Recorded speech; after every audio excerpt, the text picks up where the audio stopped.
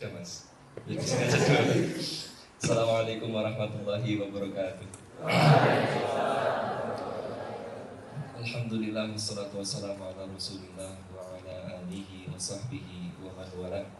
Rabbi shrah li sadri wa yassir li amri wahlul 'uqdatam min lisani yafqahu qawli, amma ba'd.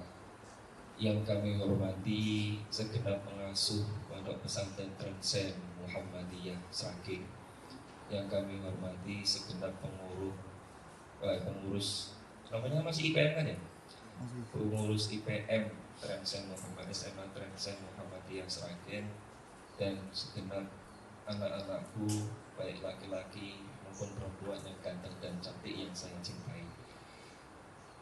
Langsung saja, saya di sini dimintai untuk menjelaskan atau mengisi kajian terkait dengan tema meramadankan seluruh bulan.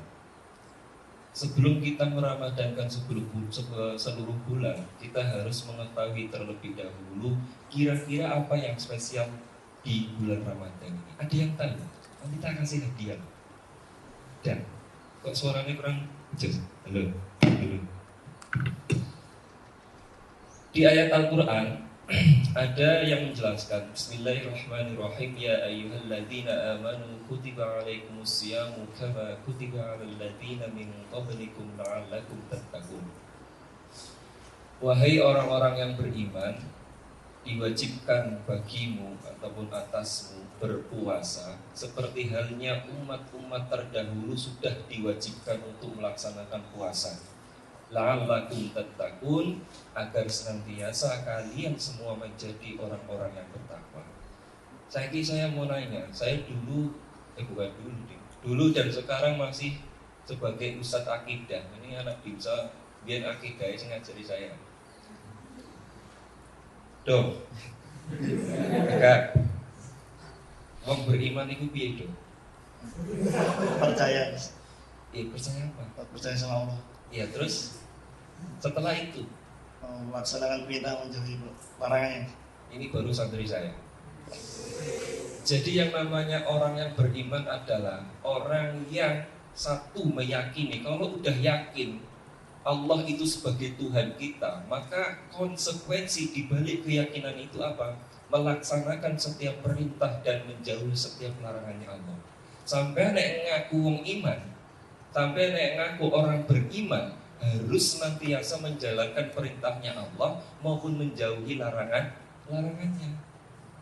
Kalau ada misalkan mbak-mbak di pinggir jalannya, Pak Mas, ya kamu harus astagfirullahaladzim, kayak gitu, penampakan ya gini. Jangan langsung Mas, oke, gitu loh. Ya, terus jangan sering-sering nanya infonya masih. Anak laki-laki tahu kan? Tahu. Itu dari daerah saya dulu Kediri ternyata kemarin. Dikasih info masih, info apa? Info ngaji oke lah. Kalau infonya mendem ya musik. Nah itu paham ya, ketika kita menjadi orang yang beriman, sosok yang beriman, berarti konsekuensi dari keimanan yang kita miliki adalah melaksanakan perintah Gusti Allah sama menjauhi larangannya. Jadi sampai sini paham ya? Ya selesai. Gak usah jauh-jauh, nanti akidah nanti. Kemudian kutiba alaikumusiyam, diwajibkan bagi kita umat Nabi Muhammad untuk menjalankan puasa. Puasa itu bukan hanya menahan makan dan minum dari terbitnya fajar sampai tenggelamnya matahari, Mas. Nek ngono kuwi kucing iso. Kucing, kamu punya kucing, satu hari gak diberi makan, kuat Mas. Jadi kalau misalkan puasa maknanya hanya menahan lapar dan dahaga, gak hanya manusia, kewan-kewan walaupun sing cilik ya iso. Jadi makna yang ada, yang terdapat di dalam puasa adalah satu, ya kita menahan lapar dan dahaga, tapi poin pentingnya apa? Itu untuk mengontrol hawa nafsu yang kita miliki, menaklukkan hawa nafsu yang kita miliki. Kenapa? Karena satu-satunya musuh yang Rasulullah SAW menangkapi. Rasulullah SAW, jangan jadi orang pelit. Itu pernah bersabda, satu-satunya musuh yang harus kita perangi adalah hawa nafsu. Walaupun kita belum mati, pokoknya selama kita hidup, kita harus senantiasa memerangi hawa nafsu dan menaklukkannya. Makanya inti dari bulan Ramadan adalah di samping menjaga ataupun tidak makan dan minum, kita dilatih oleh Allah untuk menaklukkan, mengontrol yang namanya hawa nafsu. Makanya di bulan puasa yang tadinya halal sementara dilarang, yang tadinya boleh sementara dilarang. Makan minum boleh atau tidak, halal tidak, tapi dilarang mas. Tapi itu kan sampai maghrib saja. Kamu belum beristri, yang sudah beristri bisa disemang. Yang sudah beristri itu nggak boleh mas. Jam tayangnya nggak boleh siang-siang. Ya, kalau masalah kayak gitu otakku langsung nyaut. Jam tayang itu nggak boleh. Kenapa? Kalau misalkan dilakukan batal puasanya.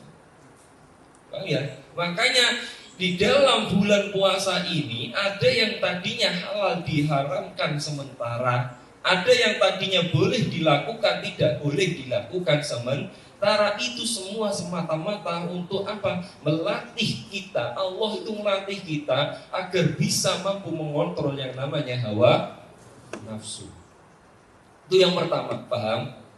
Berarti apa? Dalam bulan puasa kita harus mengontrol hawa nafsu.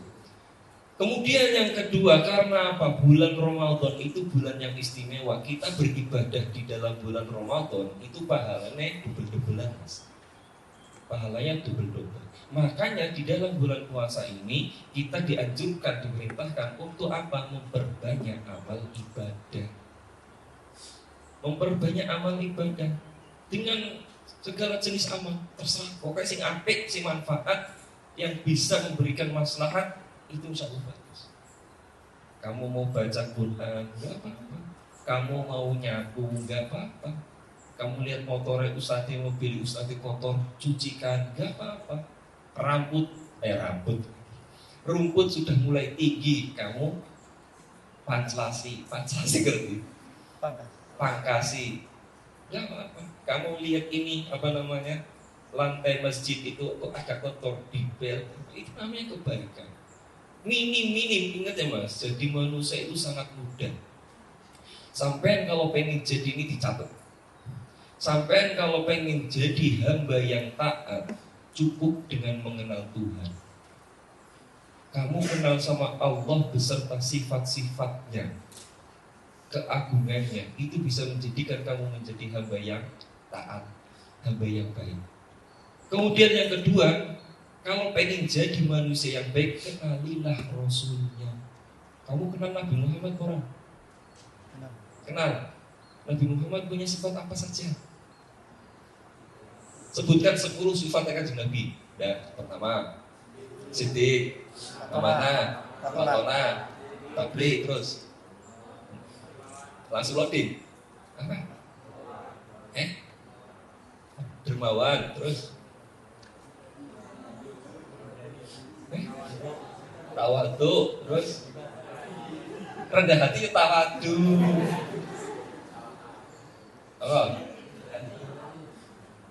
Berani ini apa? Gak cuma wanita mas, misalkan salah masa isek wani.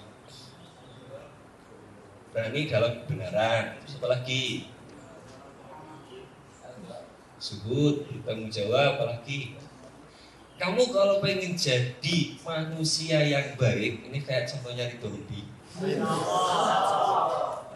Itu cukup mengenali nabinya mas. Kamu kenal Nabi, Nabi punya karakter pemaaf, Nabi punya karakter penyabar, Nabi punya karakter bertanggung jawab, Nabi punya karakter A, B, C, D, insya Allah jadi orang Nabi. Pertanyaannya hanya satu, sekarang orang-orang Islam zaman sekarang itu sudah mulai lupa kanjeng Nabi. You ngerti Nabi sebagai nama, tapi karakternya sebagai manusia, sosoknya sebagai manusia mulai dilupakan. Makanya kamu belajarlah kitab Syama'il Muhammadiyah ataupun apalah. Nanti saya minta sama Ustaz Arif atau Ustaz siapa. Saat ayat kita ngaji, kenali Rasulullah. biar kamu jadi manusia yang baik. Akidah ada kan pelajarannya? Ada kan? Ada. Belajar yang baik. Gitu. Biar kamu kenal Allah, Allah itu memiliki sifat Rahman Rahim. Seandainya Allah tidak sayang sama kita, oksigen diberhentikan sementara. Dan sebagainya. Allah itu memiliki sifat Al-Alim dan sebagainya. Paham ya? Jadi kalau kita pengen jadi manusia yang baik, kenalilah nabinya. Kalau mau menjadi hamba yang baik, kenalilah Tuhannya. Kutiba alaikumusiyam kama kutiba alal ladzina min qablikum. Tadi puasa sudah. Intinya adalah kita dilatih untuk mengontrol hawa nafsu. Hawa nafsu dalam diri manusia ada 3 jenis, Mas. Yang pertama an-nafsul ammarah bisu. Nafsul ammarah bisu atau biasa kita sebut dengan hawa nafsu. Itu adalah nafsu yang senantiasa mengajak, mendorong kita untuk melakukan kemaksiatan ataupun keluar dari jalur ketaatan. An-nafsul ammarah bisu. Hawa nafsu. Itu hobi nih ngajak elek. Misal ada temenmu yang ngajaki elek, berarti nafsul ammarah bisunya, hawa nafsunya itu sangat dominan. Atau kamu misalkan sholat musik, terus aku sekolah musik, terus aku lagi ngaji musik terus. Itu berarti nafsul ammarah bisunya, hawa nafsunya itu sangat besar.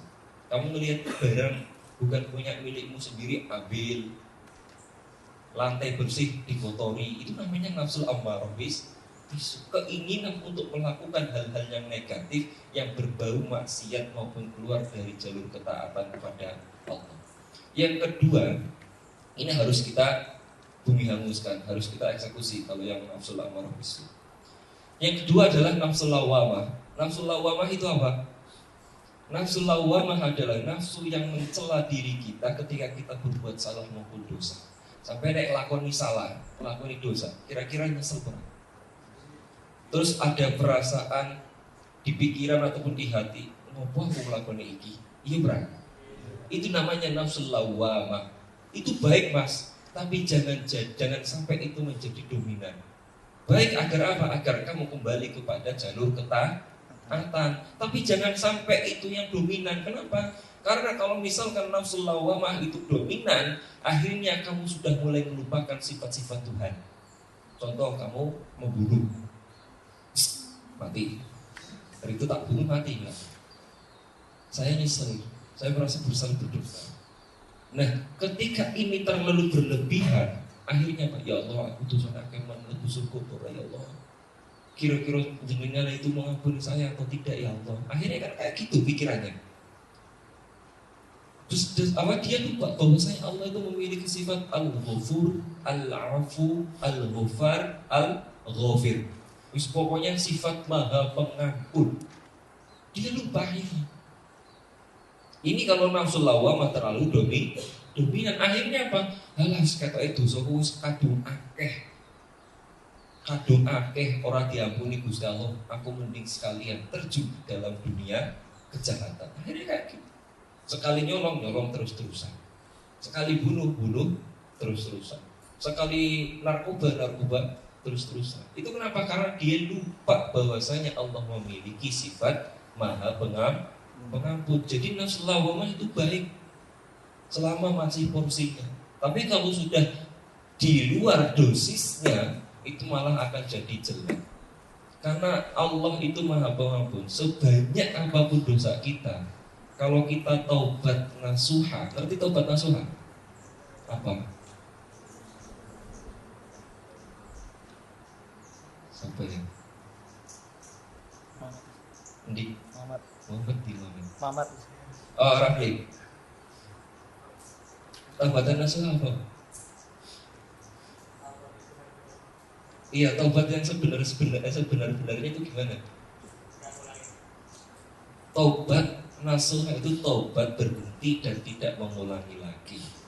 Sampai kalau misalkan berbuat salah kemudian taubatan nasuha berhenti dan tidak mengulanginya lagi, plus minta ampun sama Allah, diampuni, Mas. Kenapa? Itu sudah janji nih Gusti Allah. Gusti Allah nek wis janji, Allah kalau sudah janji, mosok yo gak ditepati. Kalau kita manusia wajar. Kalau misalkan ada orang yang berjanji kemudian tidak bisa tepat janjinya. Tapi kalau Allah sebagai Tuhan harus tepat janji, Mas. Loh kalau nggak tepat janji, nggak layak dong jadi Tuhan, ya nggak? Gitu. Allah di Al-Quran sudah menjelaskan, sudah menyampaikan. Pokoknya kamu nek duwe salah, tobatlah, minta ampunlah, saya terima tobat. Penting gak ngelakuin meneh. Karena gitu sederhana saja. Umat Nabi Muhammad itu tobatnya paling mudah. Berhenti tidak mengulangi, mohon ampun. Sampai nek jadi umatnya Nabi Musa kalau mau tobat harus bunuh diri dulu, baru diterima tobatnya. Makanya kita itu terkadang kurang bersyukur, entah itu sebagai manusia, entah itu sebagai umatnya Nabi Muhammad, ataupun entah sebagai anak bapak ibumu. Makanya monggo salam-salam banyak-banyak bersyukur, banyak-banyak beristighfar. Nah ini penjelasan dari kutiba alaikumus ataupun asyan.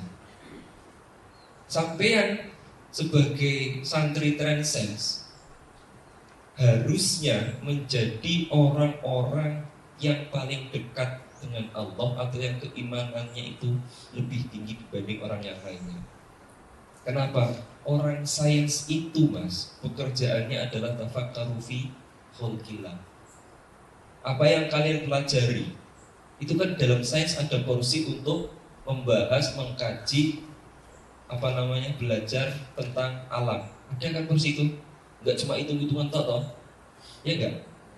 Nah, sains itu kalau kamu benar-benar bisa memanfaatkannya, itu akan menjadikan keimanan itu akan meningkat, levelnya itu akan meningkat. Kenapa dalam suatu hadis tafakkaru fi khalqillah wala tafakkaru fi dzatillah. Wong sing pekerjaannya yang tugasnya memikirkan, belajar tentang alam, tentang makhluknya Allah, tentang organ yang ada di dalam tubuh manusia maupun makhluknya, itu ya orang-orang yang terjun dalam dunia sains, bukan dalam dunia agama.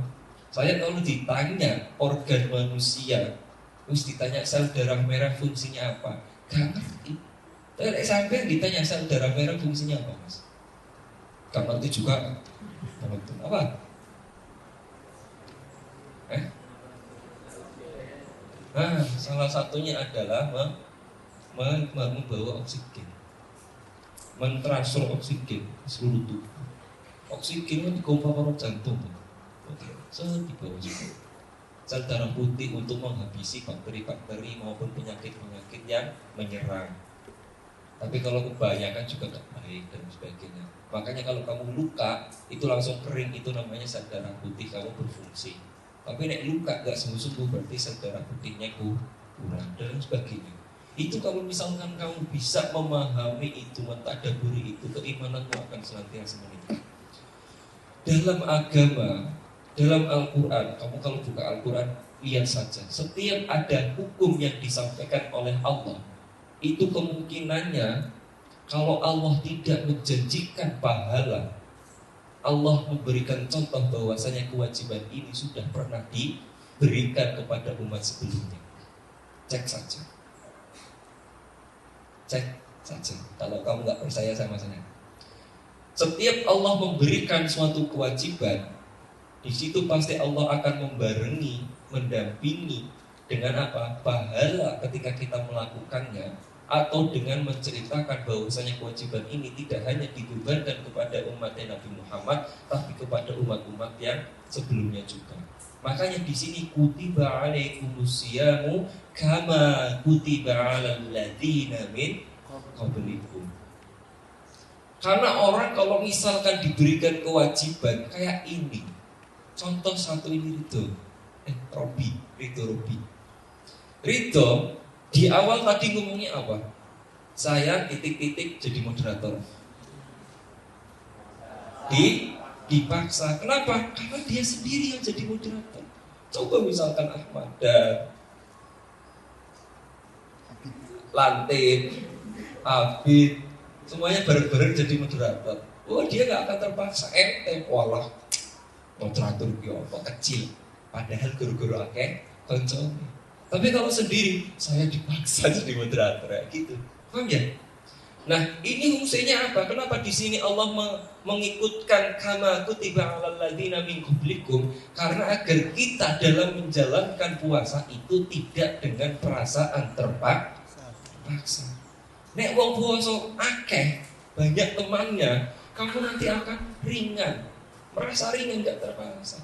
Makanya itu sebagai salah satu bentuk rahmatnya Allah kepada hambanya. Sampai ini berpikir karena sana enggak? Enggak. Mau Quran ya harus penting waca. Nah ini sebenarnya sebagai bentuk rahmat Allah kepada hambanya. Ngerti hamba ini diberi kewajiban dan dia seorang diri pasti akan merasa terpaksa. Singkai orang musuh aku diwajibkan. Kamu pernah kayak gitu enggak? Ada kecemburuan sosial lah sebenarnya. Musuh aku tuh sudah diwajibkan. Musuh aku tuh mosok itu ada enggak? Ada. Lah itu kama kutiba 'alal ladzina min qablikum itu menunjukkan rahmat Allah sebagai Tuhan kepada hambanya agar apa? Agar hambanya senantiasa ringan dalam menjalankan ibadah. Dan semua hal ini ujungnya itu hanya satu, la'allakum tattaqun, agar kamu menjadi orang-orang yang bertakwa. Orang yang bertakwa adalah orang yang menjalankan setiap perintah dan menjauhi setiap larangan Gusti Allah. Itu namanya orang bertakwa. Tapi menjalankan perintah dan menjauhi larangannya Allah itu tidak hanya kaitannya dengan Allah saja. Karena perintah Allah tidak semuanya tentang ibadah kepadanya, tapi ibadah bersama atau dengan sesama manusia, sesama makhluk itu juga ada. Makanya orang tidak layak disebut sebagai orang yang bertakwa ketika dia hanya rajin sholat, rajin jamaah, rajin ngaji, rajin sedekah, haji ini bolak-balik, tidak cukup. Orang layak untuk disebut sebagai orang bertakwa ketika apa? Kewajibannya dia kepada Tuhannya juga sudah terlaksana, dan kewajiban dia kepada sesama manusia juga sudah terlaksana. Kita sebagai sesama manusia tidak boleh saling fitnah, tidak boleh saling mengerasani.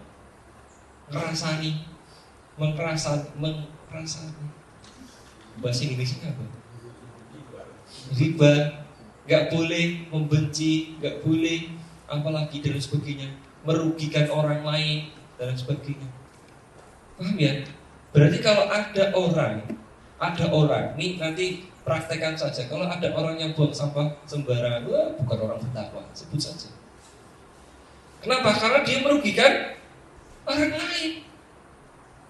Kalau misalkan ada orang santri biasanya butuh kejadian yang gak jelas itu,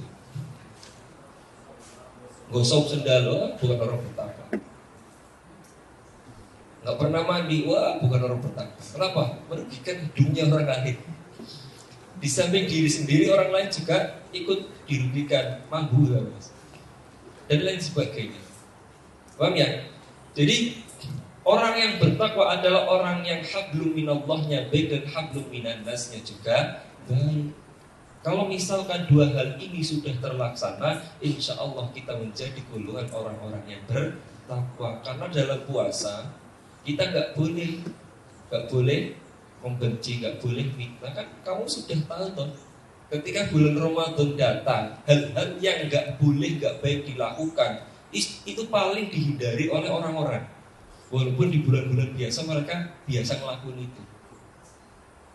Oke, nah ini. Kalau kita sudah tahu kira-kira apa sih yang spesial di bulan Ramadan, barulah kita meramadankan seluruh bulan. Mas, ampunan Allah, rahmat Allah itu tidak hanya diberikan di bulan Ramadan saja, tapi juga diberikan di bulan-bulan yang lainnya. Kenapa? Karena kita tidak hanya hidup di bulan Ramadan. Salah kalau misalkan sampai hanya melakukan amal ibadah, memperbanyak amal ibadah di bulan Ramadan saja. Salah, Mas. Yang benar adalah kita senantiasa yang namanya taat itu ya walaupun bulan Ramadan. Di bulan Ramadan maupun luar bulan Ramadan kita tetap taat. Jangan kayak orang-orang di bulan Ramadan puasa kita gak minum, Di bulan kalau sudah hari raya, wayai. Serius, saya di kepringan itu loh. Bocil-bocil, bukan bocil serius. Udah seusia kamu ke atas. Udah usia SMA ke atas. Orangnya hobinya mendem, anaknya hobinya mendem. Tapi kalau ketemu sama saya ngalih, gak tahu menunggu. Terus sama teman-temannya, ngapa? Gak mendem. Bulan puasa tak pakai mawon yang rioyo. Iya, jauhnya kayak gitu. Wah ini nek misalkan tadi wong Islam yo sing tenanan, masa ya apa namanya nggak minum hanya di bulan Ramadan saja. Di bulan lainnya juga kalau bisa nggak usah minum, itu nggak baik. Ya akhirnya ya alhamdulillah lah. Sebelumnya itu hampir setiap hari mas, hampir setiap hari. Kalau saya sebutkan dan kamu cek di ngepringan ada orang itu atau tidak, nanti ketemu. Nah, tapi nggak saya sebutkan. Dulunya itu hampir setiap hari minum. Tapi sekarang alhamdulillah sudah mulai sudah mulai berkurang jauh drastis. Nah itu. Jadi kalau misalkan kita mau melakukan perbuatan baik tidak hanya di bulan Ramadan. Kalau mau menjauhi perbuatan buruk tidak hanya di bulan Ramadan, tapi di bulan-bulan ataupun hari-hari biasanya kita juga harus sama. Kenapa? Kembali lagi ke prinsip yang pertama, al-iman. Sampai ngakoni sebagai orang Islam, sebagai orang beriman, berarti konsekuensinya adalah tunduk, taat, patuh pada setiap perintah dan menjauhi setiap larangan Gusti Allah. Paham ya sampai sini ya? Kuncinya di situ mas. Kuncinya adalah iman. Kalau kamu sudah tahu iman dan konsekuensinya, tidak hanya di bulan Ramadan saja kamu melakukan ibadah, di bulan yang lainnya kamu juga akan tetap semangat dalam menjalankan ibadah. Sini yang kalau malam tahajud angkat tangan. Saya dengar gosip katanya anak Trangsen kalau malam ada sebagian yang hobinya tahajud. Ada? Itu? Iya tuh. Selain terawih, maksud terawih di sini jam 3 juga? Iya. Jos. Ya gitu. Kamu kalau bangun jangan langsung terawih. Tahajud dulu 2-4 rakaat, habis itu baru sambil nunggu yang lainnya. Paham ya? Eman mas, mbak, kalau sudah bangun kemudian gak tahajud eman. Ya walaupun 2 rakaat gak apa-apa. Tahajud, kamu di situ minta ampun, minta rezeki, minta apa dikasih. Serius. Kamu kalau bangun malam, ya kan, bangun malam sholat kemudian minta doa, minta apapun itu, apalagi yang kaitannya dengan ampunan dan rizki, Allah kasih. Walaupun dalam bentuk dan waktu yang Allah kehendaki. Setiap doa itu pasti akan dikabulkan, tapi yang berbeda adalah bentuk dan waktunya. Ini kalau misalkan mau saya teruskan itu sampai lama. Saya ambil contoh saja. Kemarin waktu menikah, Mbak, saya tidak punya uang sepeser pun. Serius. Saya tidak punya lamaran, saya tidak punya uang sepeser pun. Bodoh nih nekat. 3 hari sebelum lamaran saya dapat rezeki untuk beli kalung, untuk beli cincin. Belilah cincin kurang lebih habis 3 juta. Itu buat lamaran. Sama ada rezeki lain yang akhirnya cukup untuk buat beli barang bawaan. Saya pulang dari Nganjuk, kakak saya aslinya Nganjuk. Pulang dari Nganjuk, dari Kediri, lamar, kakak Nganjuk dulu. Setelah Nganjuk balik ke Sakit, uang saya 0. Serius. Mau akad nikah pun sama. Saya nggak punya uang sepeser pun. Karena saya masih ada porsi orang tua. Nah, saya dari setelah lamaran, balik ke lamaran, sampai ke akad nikah itu kurang lebih ada waktu 1 bulanan lebih. Saya berdoa kepada Allah, ya Allah berikanlah hamba rizki untuk memenuhi panggilanmu, ya kan, memenuhi sunnahnya Rasul. Ya Allah mudahkanlah saya dalam menikah. Saya setiap malam mas, setiap habis sholat itu saya doa gitu, Allahumma sahillana fin nikah, sahillana umurana fin nikah. Saya setiap habis sholat itu pasti doa itu. warzuqna rizqan halalan thayyiban mubarakan fi. Saya selalu doa itu. Tapi ngerti nggak? 3 hari sebelum akad nikah masih belum megang uang. Wah ini repot. Malamnya saya bangun tahajud, yang biasanya nggak tahajud jadi tahajud, wirid bisik, istighfar, sholawat, habis itu doa. Di doa itu saya, ya Allah kalau misalkan saya nggak usah minta banyak-banyak, jenengan nggak usah ngasih banyak-banyak, cukup 10 juta saja. Saya langsung sebut merek, cukup 10 juta saja. Kiranya cukup untuk nikah. Saya sudah bersyukur, hamba menjadi satu-satunya hamba yang paling bersyukur kepada jenengan. Saya ngomong gitu, jenengan ngomong atau? Ketika jenengan mau ngasih memberi saya 10 juta, ketahuilah bahwa saya adalah hamba ataupun manusia yang paling bersyukur kepada engkau. Langsung mas, besoknya paginya kiriman transferan itu langsung cek, cek, cek, cek. Keluarga saya ada yang transfer sejuta dari Bodok, ngasih bantuan sekian. Kemudian gaji saya sekian, dapat arisan 1 juta lagi. Buka amplop naik ngaji dan gede-gede, buka IKB. Biasanya saya kalau habis ngaji, amplopnya tak taruh di lemari, blok, gak pernah tak buka. Giliran itu tak buka semuanya, tak total 10 juta. Dalam hati batin, kenapa kau tanya gak lebih?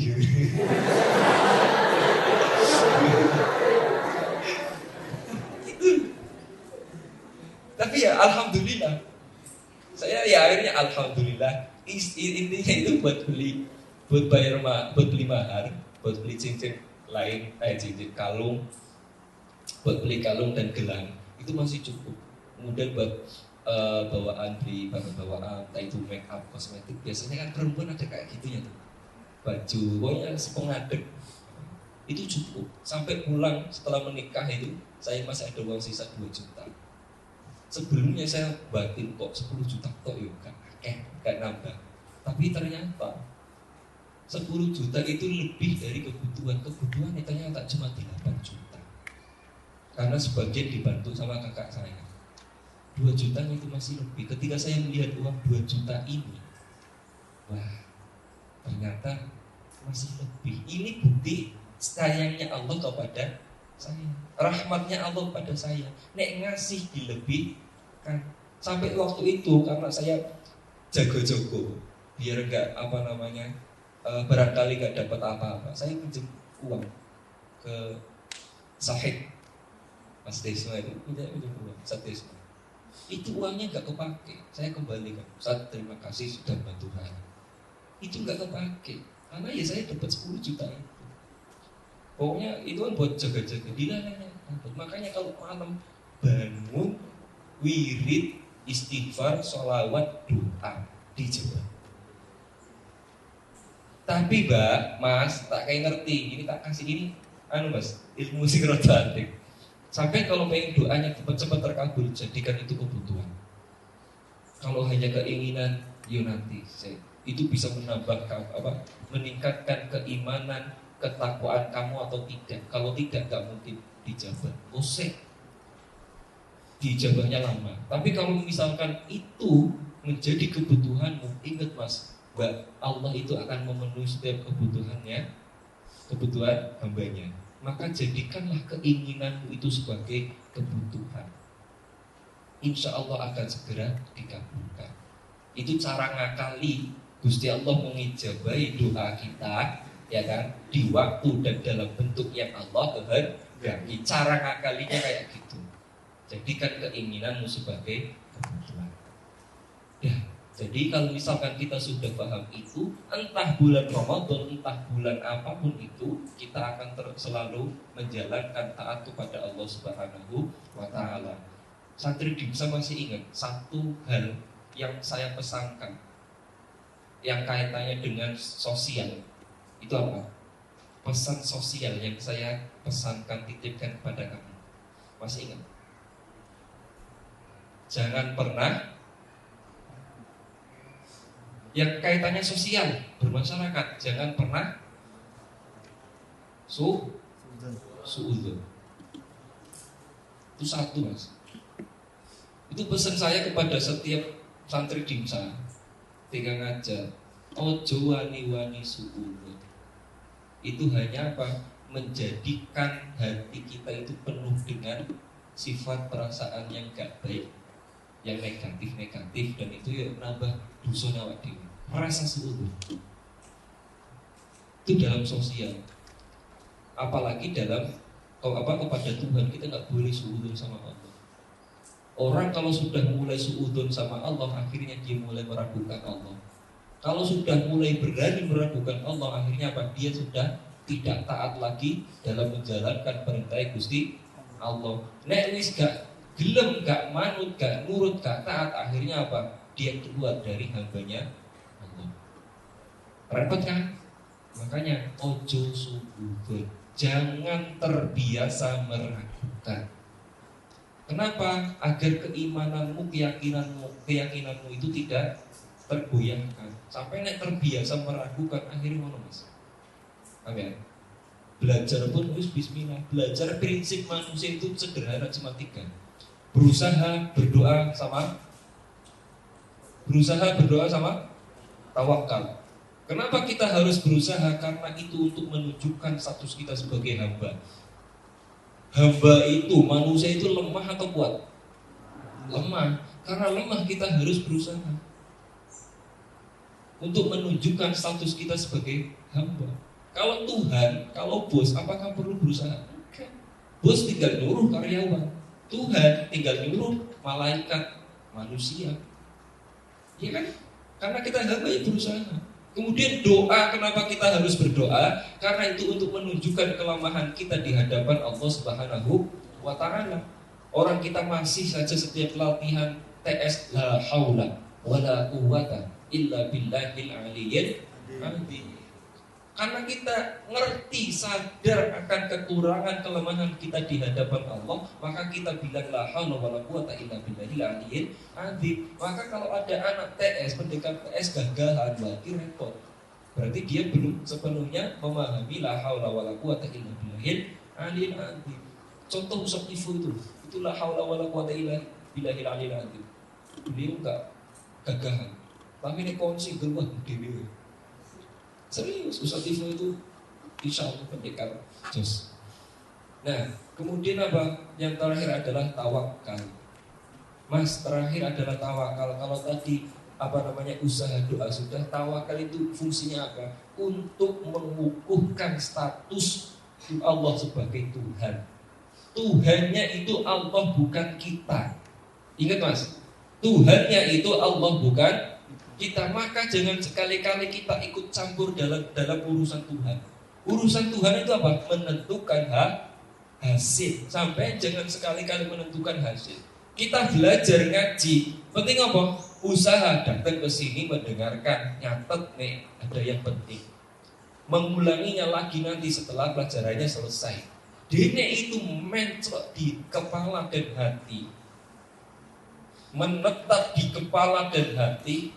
Itu urusannya Gusti Allah. Sebenarnya kita sudah berusaha terlebih dahulu dan berdoa, ya Allah, semoga apa yang saya pelajari ini bermanfaat untuk saya maupun orang lain. Kayak gitu saja. Kamu biar semesterannya itu enggak SKS. Masih ada santri tenaga yang kalau ujian SKS, dimsa alumni dimsa ini SKS aja orang. Jangan SKS, Mas. SKS itu repot. Kalau kamu sudah belajar setiap hari, belajar wajib di kelas maupun di pondok malamnya itu, ya sudah, itu rutinkan. Habis itu doa. Kalau mau ujian tinggal review ulang saja mutola'ah sifatnya, gak usah ngoyo-ngoyo. Habis itu udah tawakal, bismillahirrahmanirrahim, berangkat. Bisa, insya Allah bisa nanti ngerjain. Jangan sampai kamu belajarnya, wah, saya belajarnya dari pagi sampai malam sampai pagi lagi. Biasanya kan orang SKS kayak gitu. Dinilai semesterannya, dia nilainya anjlok, dia merasa paling bisa. Wah, saya udah belajar lama kayak gini, harusnya nilainya itu baik kok, jelek. Berarti kita ikut campur dalam ranahnya tuh Tuhan. Untuk hasil urusannya Gusti Allah. Sampai belajar pinter urusannya Gusti Allah. Penting sampai usaha wae sih. Nanti ada mas, ada yang akan kamu capai. Saya dulu, kalau kamu pengen tahu, saya dulu basicnya itu sains. Saya sering ikut lomba matematika, juara. Serius, saya MTS itu masih senang matematika. Tapi setelah masuk aliyah, ganti banting setir jadi jurusan agama. Gara-gara sederhana mas, gara-gara dihina. Ketika saya dihina sama teman-teman saya, wah, berentre, langsung saya tambahnya keluar belajar. Saya tambahkan sebelum jadi One Punch Man itu kan olahraga dulu, ya kan? Nah, langsung belajar sampai akhirnya saya yang basic agamanya itu cuma bisa ngaji toh. Serius, kalau masalah ngaji kamu mau bagus-bagusan tampil-tampilan cek kalah sama saya. Serius. Tapi kalau untuk yang lainnya dulu waktu dulu ya itu saya masih kalah mungkin sama kamu. Belajar akhirnya apa, baca kitab saya bisa. Ilmu-ilmu kayak misalkan suruh jelasin usul fiqh, kemudian ulum tafsir, kemudian mustalahul hadis saya bisa. Yang lainnya yang dulu menghina saya, itu akhirnya di bawah. Itu saya niati belajar itu bukan pengen pinter padahal. Saya niati belajar, ya Allah biar saya tidak dihina dan saya gak jadi orang yang bodoh. Niat saya itu kayak gitu dulu. Yang akhirnya bisa ke kuliah ke Mesir itu ya gara-gara awalnya kayak gitu. Maka kamu harus melihat titik awal. Kalau misalkan sekarang masih di titik terendah, kamu harus cari titik baliknya itu apa, biar nanti bisa bangkit. Nah itu, jadi ibadah kita itu bukan hanya dilakukan di bulan Ramadan saja, tapi di bulan-bulan yang lainnya kita juga harus senantiasa menjalankannya istiqomah dan memperbanyak. Ojo mergo di bulan puasa itu banyak pahala yang Allah berikan, banyak diskon yang Allah berikan. Akhirnya kita semangat, tapi nek bulan-bulan yang lainnya enggak. Misalkan kayak gitu, ojo. Kita sebagai manusia yang sudah beriman kepada Allah, yang sudah meyakini Allah sebagai Tuhan, berarti konsekuensinya adalah menjalankan setiap perintah dan menjauhi larangannya. Ketika prinsipnya ini, konsekuensinya ini, kita tidak memandang waktu, tempat, keadaan yang dimana kita berada. Wis bulan poso lah, bulan Muharram lah, bulan Rabiul Awal lah, pokoknya di bulan apapun itu kita senantiasa nek kongkong sholat, nek wayai sholat ya sholat, nek wayai ngaji yo ngaji, ketemu sama orang yang lebih tua yang kita menghormati, sama orang yang lebih muda kita menyayangi, ya kan? Nah ya kayak gitu, prinsip-prinsipnya kayak gini tetap kita laksanakan walaupun bukan di bulan Ramadan. Kurang lebihnya itu, sebelum saya tutup ada sesi tanya jawab kan mas? Ada. Ya ada. Yang ingin bertanya kepada Ustaz Haji, bebas ya, pertanyaan apapun itu. Sebenarnya jangan pribadi.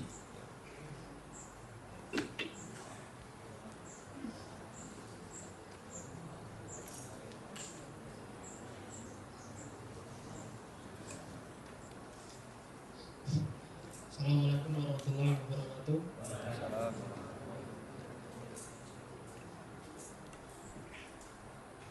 Binus, jadi kan ada hadis Rasulullah, ada hadis di kitab Arba'in Nawawiyah yang keempat. Di situ kan Rasulullah berkata bahwasanya ada di antara kalian itu yang melakukan amalan ahli surga hingga jarak dia dan surga itu sehasta. Tapi gara-gara suratan takdirnya dia masuk neraka, maka dia pun akhirnya masuk neraka. Dan ada pun sebaliknya yang dia melakukan amal kemaksiatan hingga jarak dia dan neraka itu sehasta, tapi gara-gara takdir kan masuk surga, maka dia masuk surga. Sama hadis Rasulullah yang satu lagi, Cek bahasanya bener-bener takdir itu. jadi kan Fayamalu amala ahlil jannah fayadkhulu ilal jannah, fayamalu amala ahlin nar fayadkhulu nar. Bukan takdir mas. Sama satu lagi ada hadis Rasulullah kan yang jadi sebelum diciptakannya seluruh bumi dan alam semesta, Allah udah membuat skenario ini. Jadi kan di situ kita bisa lihat bahwasanya orang-orang kafir itu di waktu di pada masa nanti mereka kan bisa membela diri mereka. Jadi kan mereka bisa membela diri mereka bahwasanya kami ini udah engkau takdirkan untuk jadi kafir, untuk jadi ateis gitu kan. Jangan-jangan mereka jadi orang kafir, jadi orang ateis itu gara-gara mereka tahu hadis itu kan. Dan orang-orang selalu bilang bahwasanya takdir itu bisa dirubah. Padahal kan kalau misalnya kita lihat di situ kan takdir kan juga bisa dirubah. Ya, masalah takdir, sip. Nanti tak jawab. Sama seandainya Allah nggak mengabulkan permintaan mereka, bahwasanya ya Allah engkau udah mentakdirkan apa untuk jadi kayak gini. Seandainya Allah nggak mengabulkan mereka untuk masuk itu, berarti sifat Allah yang maha adil itu nggak ada. Gara-gara kan Allah udah mentakdirkan seorang jadi kafir, orang jadi muslim, jadi ateis. Jadi gimana? Oke, siap. Ada lagi nggak? Ini lumayan nih. Masalah takdir itu memang rada ruwet. Harus benar-benar pas. Ada lagi? Ya Mas? Oh enggak. Dari Putri. Atau ini siapa Mas paling depan? Kamu mau tanya? Putri ada nggak? Putri yang saya kenal sama ya? 5. Itu 5 kan?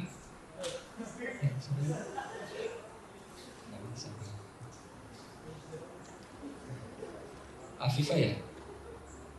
Bukan.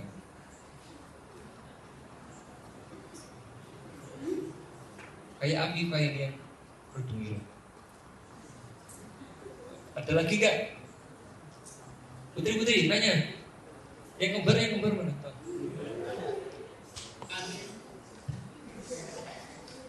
Ada yang nanya, gak ada? Satu dulu ya, tak jawab. Putri siapkan, pokoknya harus ada pertanyaan dari Putri. Bismillahirrahmanirrahim. Pertanyaan tentang takdir. Jadi gini Mas. Satu tadi kan hadis arba'in tak koreksi ya. Diksinya itu bukan ditakdirkan bukan. Itu fayamalu amala ahli nar, kemudian dia masuk surga, melakukan perbuatan ahli surga, kemudian dia akhirnya masuk surga walaupun sisa hidupnya atau dari awal hidupnya itu selalu berkutat dengan dosa. Kayak cerita perempuan yang gara-gara melihat anjing yang kehausan dan pandangan matanya itu apa? Ya Allah, ini hamba-Mu sedang kehausan, maka ku beri minum ia. Hanya karena perasaan itu akhirnya dia dimasukkan ke dalam surga. Nah, kembali lagi masalah takdir. Takdir itu bisa, tadi kamu katanya bisa atau tidak bisa dirubah? Tidak bisa dirubah gara-gara kan ada hadis ininya, jadi kan nggak bisa dirubah. Ya, oke. Takdir itu bisa dirubah, tapi yang sudah ada di Lauhul Mahfuz itu tidak bisa. Tapi ketika sudah diturunkan ke dalam langitnya bumi, itu masih bisa dirubah, dimodifikasi sedikit. Itu masih bisa. Contoh Mas ya, di Lauhul Mahfuz kamu ditakdirkan jadi orang pintar. Wis gak mungkin jadi wong goblok, gak mungkin. Pintar mesti kamu. Tapi ketika diturunkan ke langit bumi, pinternya pinter apa? Itu kan kamu bisa modifikasi. Aku pengen pintar bahasa. Oh saya pengen pintar agama. Oh saya pengen matematika. Oh saya pengen sains. Ini bisa dimodifikasi. Tapi takdir umumnya itu tidak bisa. Tapi sini paham ya? Dan takdir yang sudah Allah tulis itu sudah membaca pilihan apa yang nantinya kamu akan pilih. Ketika Allah menakdirkan kamu jadi hamba atau jadi orang ateis, di situ sudah tertulis kamu nanti ketika mau dihadapkan dengan keraguan-raguan, kamu akan pilih yang mana. Allah sudah tahu. Contoh, Ridho dalam milih saya dalam milih pasangan, ada yang dari desa, ada yang dari ABCD. Gusti Allah nek wis nakdir istri saya itu dari Kediri, aku sudah tahu. Potongannya Mahdi paling gak pilih sing iki. Paham ya? Jadi itu Allah juga sudah mengetahui kira-kira nanti kamu mau milih apa. Allah sudah tahu Mas. Jadi bukan karena Allah mentakdirkan saya nikah sama orang Kediri, akhirnya apa? Saya nggak ada kesempatan untuk menikahi orang Sragen. Salah. Paham ya? Iya enggak? Manusia itu, ingat mas, manusia itu makanya kalau dalam fikih ada al-ikhtiyar. Apa? Al-af'al al-ikhtiyariyah. Kalau dalam fikih itu ada istilah al-af'al al-ikhtiyariyah. Perbuatan yang sifatnya kita memiliki opsi untuk melakukan atau tidak melakukan. Paham ya? Ya kayak tadi, setiap manusia itu kita memiliki opsi mas. Ketika kita dihadapkan dengan suatu hal, kita memiliki opsi. Contoh, ada orang yang membawakan di meja depan ini makanan. Saya pilih opsi. Saya punya opsi untuk makan atau tidak makan. Tapi pilihan apa yang nantinya akan saya ambil, Allah sudah tahu. Itulah yang dimaksud takdir. Paham ya? Oke? Jadi ada orang yang beralasan saya masuk ateis gara-gara sudah ditakdirkan kayak gini. Salah. Makanya kita itu dianjurkan untuk apa? Senantiasa meminta kepada Allah, berdoa kepada Allah. Allahumma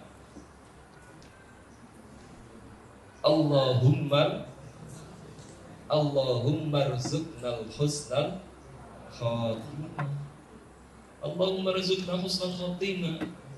Agar apa?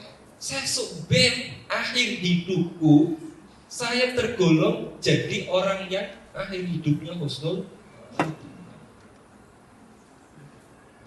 Kalau enggak, kamu kalau pembukaan innal hamdalillah nahmaduhu wa nasta'inuhu wa nastaghfiruh wa na'udzu billahi min syururi anfusina wa min sayyiati a'malina man yahdihillahu fala wa may yudlil dia ngerti wa may yudlil fala hadiyalah.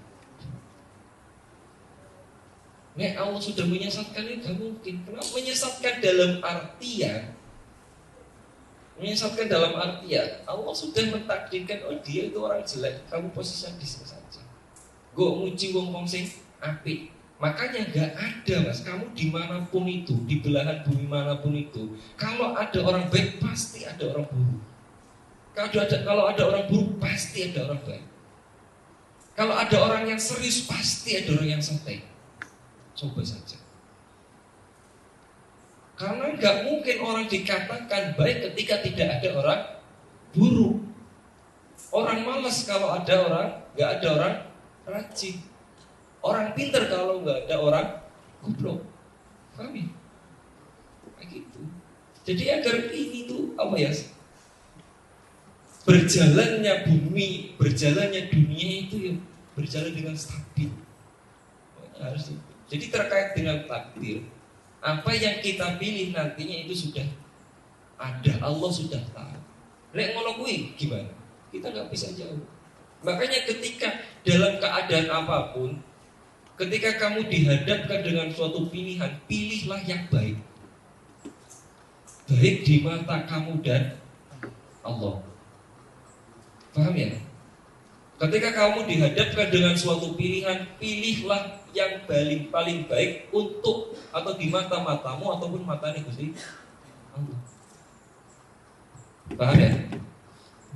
Jangan sidik-sidik menyalahkan. Orang yang sidik-sidik menyalahkan itu, kalau yang tadi ya, yang teman atau siapanya mas tadi yang sebutkan akhirnya dia milih ateis, itu yakin ngaji akidah ya tutup, atau mungkin belum pernah ngaji akidah. Jadi wajar-wajar saja. Kalau sudah ngaji akidah hidup mas. Paham ya? Jadi takdir itu, takdir yang tidak bisa dirubah, itu sudah tahu. Allah sudah mencatat bahwasanya nanti kamu akan dihadapkan dengan keraguan-keraguan atau kayak gini-gini itu. Terus pilihan apa yang nantinya akan dia ambil, kamu ambil, Allah sudah tahu dan mencatatnya. Pilihan yang kamu ambil sesuai dengan tulisan atau takdir yang sudah Allah buatkan untuk dirimu. Itu bukan berarti Allah yang mengarahkan, enggak.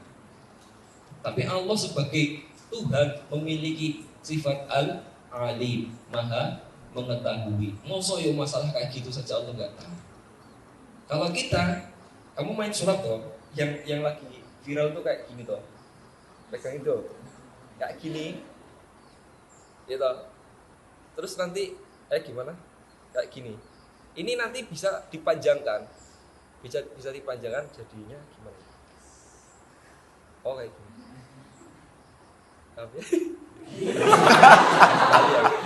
Pokoknya jempol kanan sama kirinya itu tinggal masuk, terus nanti tinggal di kayak ini aja, tinggal ditarik lagi. Jadi seakan-akan jempolnya itu digigit jadi memanjang.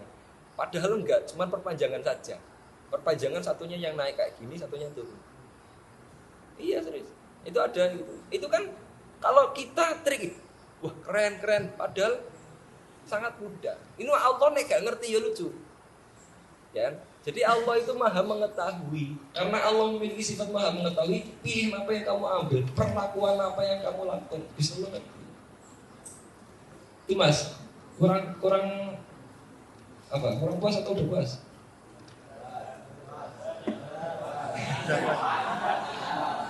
Nanti di belakang layar kalau belum puas. Itu globalnya seperti itu. Jadi biar kita nggak menyalahkan Allah, takdir yang diberikan oleh Allah. Pilihan apa yang kita hadapi itu sudah pasti Allah mengetahuinya. Kita mau pilih mana, maka ketika kita dihadapkan dengan pilihan, kita ngambil cara atau pilihan yang paling baik untuk diri kita maupun Allah Subhanahu wa taala. Maghrib ini jam berapa sih? 8. Dan ini ada pertanyaan nggak kalau dari Putri? Nggak ada, oke, silakan tuh. Ya. Oke, mungkin itu yang bisa saya sampaikan. Semoga bermanfaat untuk kalian semuanya. Ingat ya, kita jangan hanya rajin beribadah di bulan Ramadan, tapi di hari-hari lainnya kita juga harus rajin dalam beribadah. Karena apa? Konsekuensi dari keimanan itu tidak hanya terjadi di bulan Ramadan saja, tapi di setiap waktu yang kita lalui. Sekian, assalamualaikum warahmatullahi wabarakatuh. Waalaikumsalam.